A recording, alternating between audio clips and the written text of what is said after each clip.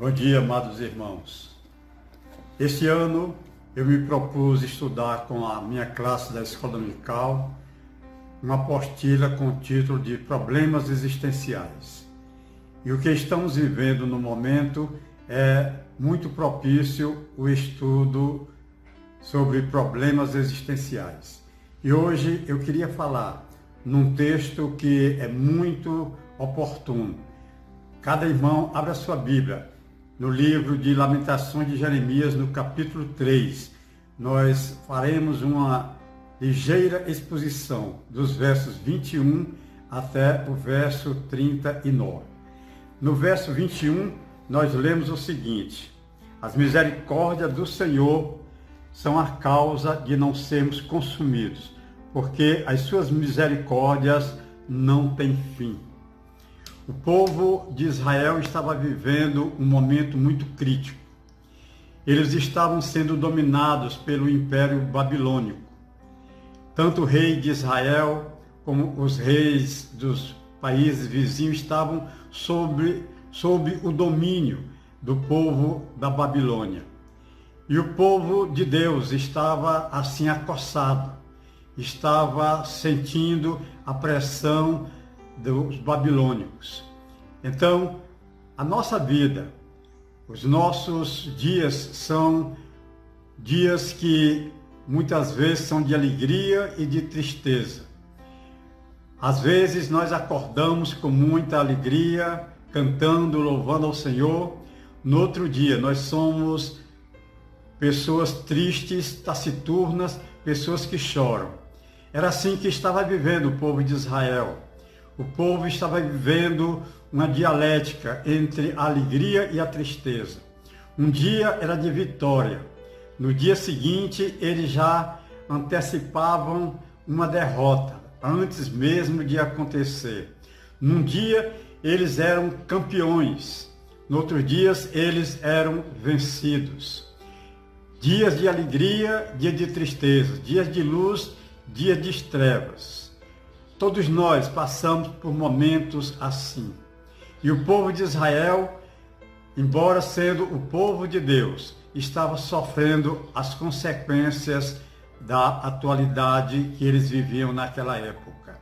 Além disso, eles estavam sofrendo também por problemas espirituais, o afastamento do povo de Deus. Eles não estavam glorificando o nome de Deus. E o profeta Jeremias entrou nessa onda de desânimo, ficou também abalado emocionalmente.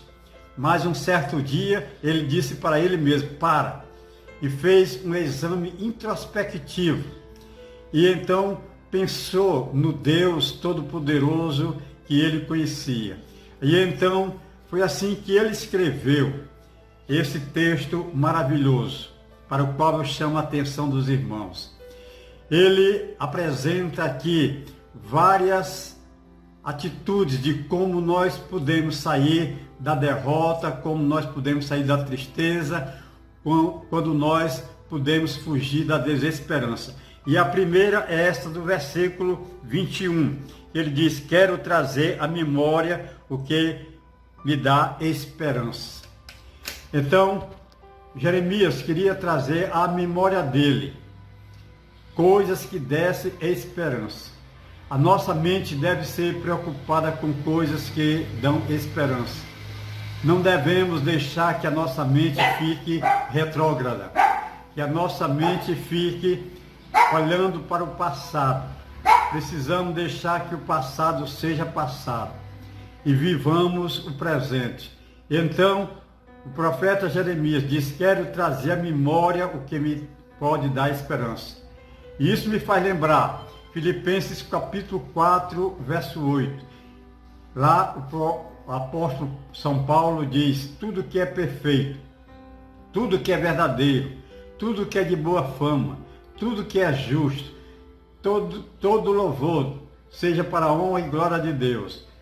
Ele então, o apóstolo Paulo, ele enchia a mente dele de coisas puras, de coisas verdadeiras, de coisas justas. E então, assim, ele louvava ao Senhor. Por isso Jeremias estava fazendo esse pedido: quero trazer à memória o que me deve dar esperança. E no versículos 22 e 23, ele apresenta uma primeira atitude que pode nos tirar das circunstâncias negativas. As misericórdias do Senhor são a causa de não sermos consumidos, porque as suas misericórdias não têm fim. Então a primeira coisa que veio à memória de Jeremias e que deve vir à nossa memória para vencer esse momento negro que estamos vivendo é nos lembrar das misericórdias de Deus. O Senhor Deus, Ele é misericordioso. Ele coloca o seu coração na nossa miséria. Ele vê o nosso estado em que nós nos encontramos e olha para nós com um olhar de misericórdia. E no versículo 23 ele diz que renovam-se cada manhã. As misericórdias do Senhor não têm prazo de validade. Não é apenas uma promessa passageira. Elas renovam-se a cada manhã. O problema de Jeremias era quando ele acordava.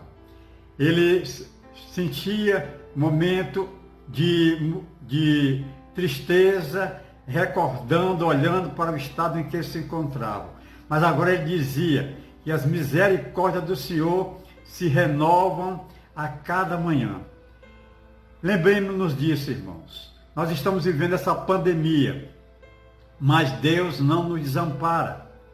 As misericórdias dele se renovam cada manhã e não tem prazo de validade. Ele diz no final do versículo 23, grande é a tua fidelidade. É uma outra atitude que Jeremias estava recordando, colocando na sua mente, a fidelidade de Deus. Então a fidelidade de Deus é a garantia de que a sua misericórdia vai estar sempre conosco. Deus, ele é fiel. Ele fez uma promessa para o seu povo na pessoa de Abraão, Isaque, Jacó, e essa fidelidade permanece para sempre. Por isso é que nós confiamos na misericórdia dele, porque ele é fiel. No verso 24, ele diz assim, a minha porção é o Senhor, diz a minha alma, portanto esperarei nele. Era outra coisa que uma outra atitude, a terceira atitude que Jeremias estava trazendo para a sua mente, era que Deus era a porção dele, nele esperarei. Nós só podemos esperar no Senhor. Não confiemos nos políticos, não esperemos que a própria ciência resolva esse problema dessa pandemia. Rogamos a Deus que assim aconteça, mas a nossa esperança deve estar no Senhor. Devemos sempre esperar nele, porque ele está sempre presente. Nós podemos até dizer que ele está postergando muito a solução desse problema. Podemos até pensar, alguns podem até pensar que Deus se esqueceu de nós. Podemos ter uma atitude deísta. Os deístas diziam que Deus criou o mundo, criou o universo, mas deixou o universo para a si mesmo. Não, Deus, ele continua olhando para nós, ele é o Senhor da história, ele tem o controle de todas as coisas. E é nesse Deus de misericórdia, nesse Deus de fidelidade, que nós precisamos confiar. Devemos fazer dele a nossa porção e esperar nele. Nos versos 25 e 26 diz assim, bom é o Senhor para os que esperam por ele, para a alma que o busca. Bom é guardar a salvação do Senhor, e isso em silêncio. É maravilhoso que Jeremias diz aqui. Ele fala do trabalho de Deus, fala da bondade de Deus, que o Senhor é bom, e que por isso podemos e devemos esperar nele. No verso 26, relendo, diz assim: bom é aguardar a salvação do Senhor e em silêncio. Essa salvação aqui, Jeremias não estava falando da salvação da alma. Não é a soterologia, não é a doutrina da soterologia. Era a salvação para aquele momento que eles estavam passando.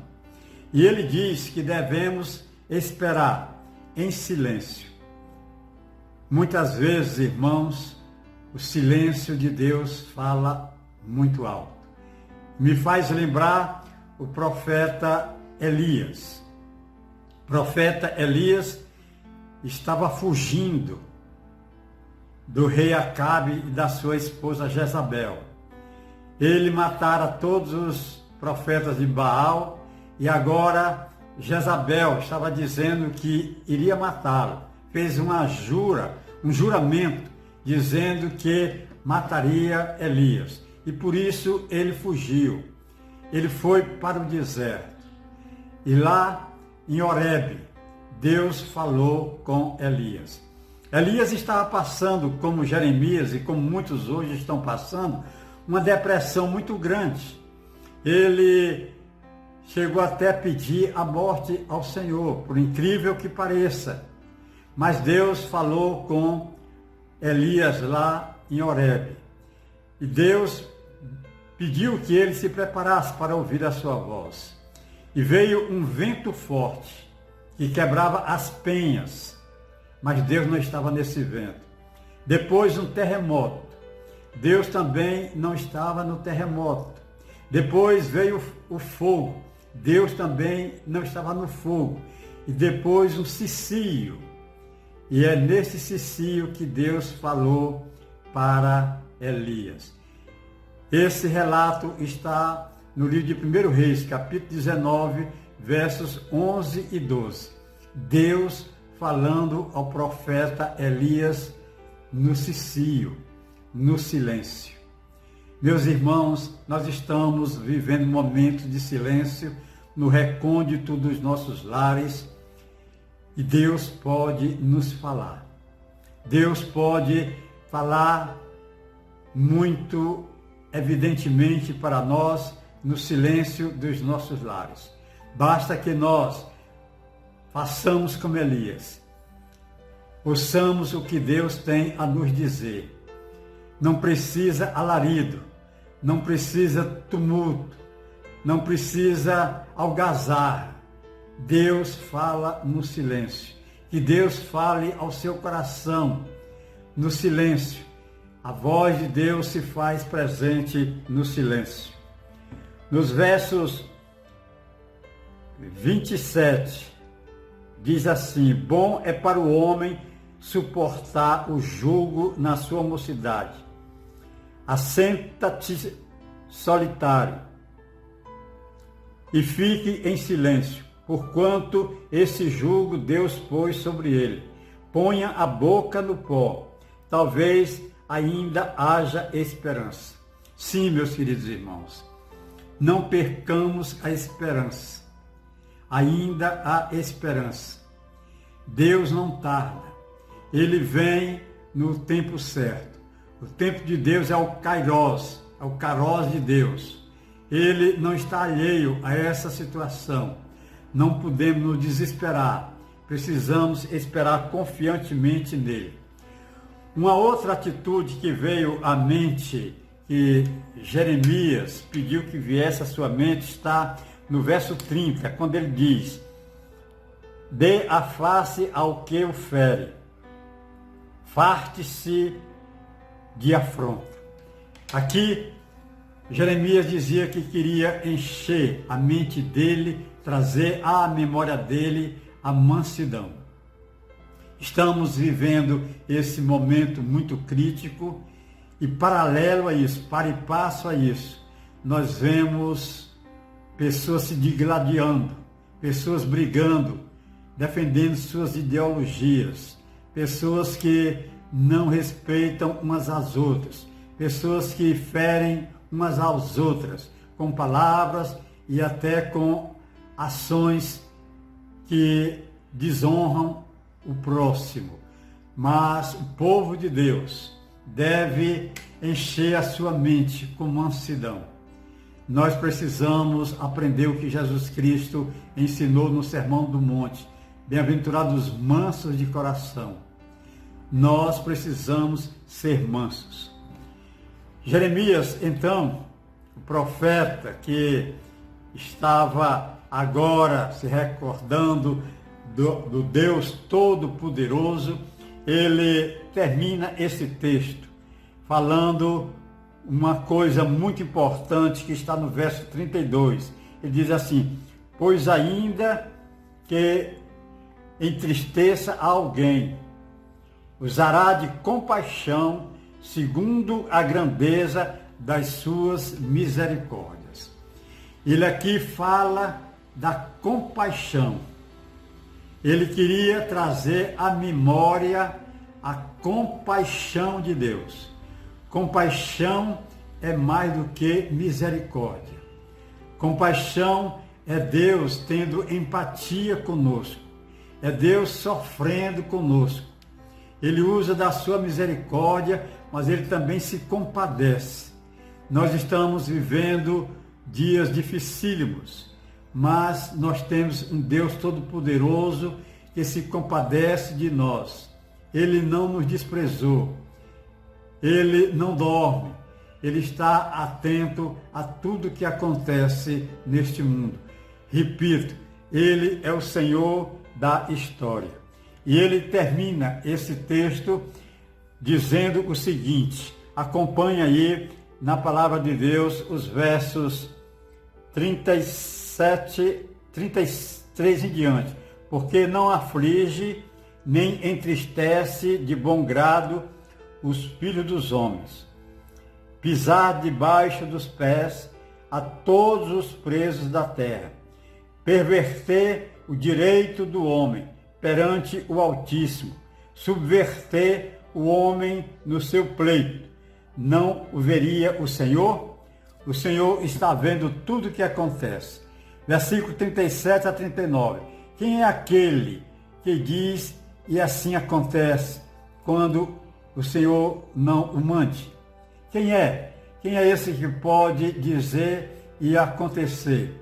Os deuses das outras religiões pagãs, os deuses dos amorreus, dos fariseus, daqueles povos, os deuses do Egito, não podiam dizer e fazer acontecer. Por isso, Jeremias diz: quem é aquele que diz e assim acontece, quando o Senhor o não mande? Acaso não procede do Altíssimo tanto mal como bem? Isso que está acontecendo, irmãos, é da permissão de Deus. Muita gente deve estar perguntando: onde é que está Deus que está deixando acontecer tanto sofrimento, tantas mortes?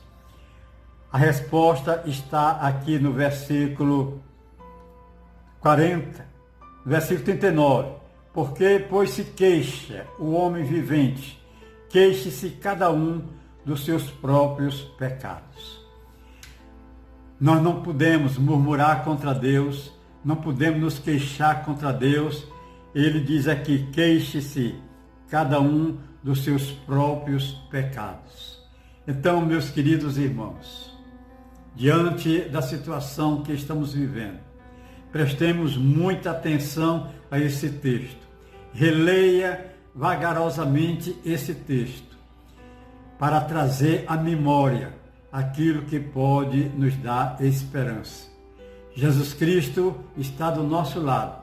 Ele disse: estarei convosco todos os dias até a consumação dos séculos. Não percamos a esperança. Deus vai nos acudir. E Deus abençoe a todos. Amém.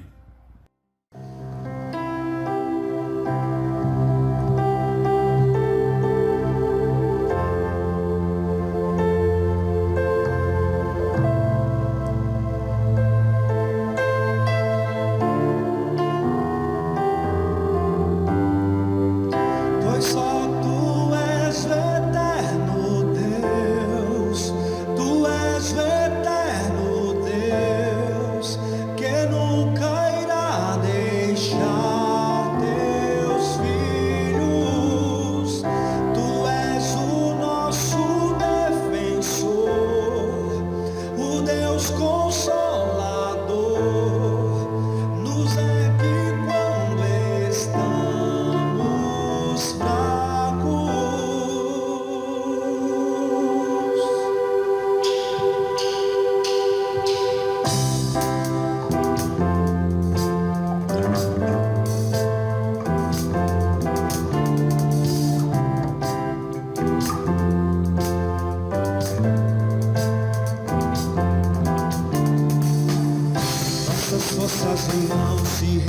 renova se esperarmos no Senhor, confiarmos no Senhor.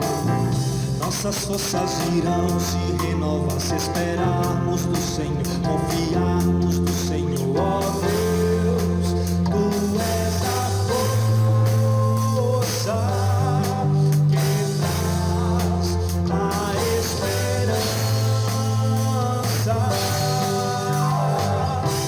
Só Tu és o eterno Deus, Tu és o eterno Deus, que nunca irá deixar Teus filhos. Tu és o nosso defensor, o Deus consolador, nos ergue quando estamos fracos.